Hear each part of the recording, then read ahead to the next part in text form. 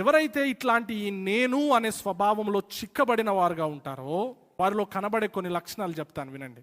వారు ఏదైనా తప్పు చేసినప్పుడు ఎవరన్నా వచ్చి ఇది తప్పు అని చెప్తే తీసుకోలేరు, వారు కరెక్షన్ తీసుకోలేరు. ఎందుకంటే వాళ్ళ సెల్ఫ్ దెబ్బతింటారు. వారు గర్విష్ఠులుగా ఉంటారు.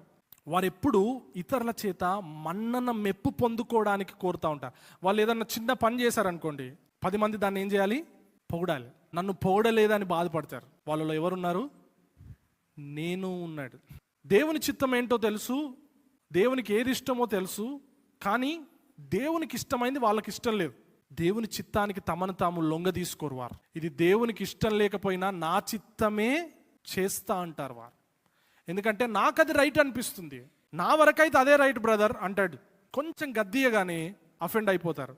మాట అంటే నొచ్చుకుంటారనమాట. వారు నాయకత్వానికి ఈజీగా లొంగరు, లోబడరు. వాళ్ళ మీద నాయకులుగా ఉండేవారు. అది భర్త కావచ్చు, భార్యల విషయంలోనైతే, పురుషుడైతే క్రీస్తు కావచ్చు, నువ్వు ఒక చోట పని చేస్తున్న వాడవైతే నీ పైన పనిలో ఉన్న యజమాని కావచ్చు, లేదా సంఘంలో ఉంటే సంఘ కాపరి కావచ్చు.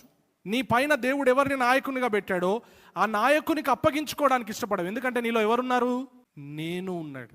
అదేం చేస్తుంది అంటే ఆ నేను అథారిటీకి, నీ మీద దేవుడు పెట్టిన నాయకత్వానికి తిరుగుబాటు చేసేలా నిన్ను ప్రోత్సహిస్తూ ఉంటుంది. పశ్చాత్తాపడడానికి అస్సలు ఇష్టపడరు, తప్పును ఒప్పుకోవడానికి ఇష్టపడరు. వాళ్ళకి తప్పు ఒప్పుకోవడం అంటే ప్రాణం పోగొట్టుకున్నంత సావనన్న చస్తా కానీ నేను మాత్రం ఒప్పుకోను అంటారు. ఎందుకు? నేను ఎదిగిపోయాడు. వాళ్ళకి ఎప్పుడు అటెన్షన్ కావాలి, అందరూ వాళ్ళని చూడాలి. అందుకే ఆ సెల్ఫ్ సెంటర్డ్నెస్ ఉన్నప్పుడు వాళ్ళు ఏం చేస్తారంటే అందరినీ అట్రాక్ట్ చేసుకోవడానికి వాళ్ళు అన్ని పనులు చేస్తూ ఉంటారు. వారు ఏది చేసినా దేవుని కొరకు చేయరు, మనుషుల కొరకు కూడా చేయరు, మనుషుల మేలు కొరకు కూడా చేయరు, మనుషుల మెప్పు కొరకు చేస్తారు. చేసేదంతా ఇతరులను ఆకర్షించుకోవాలి, ఇతరుల చేత మన్నన పొందాలి.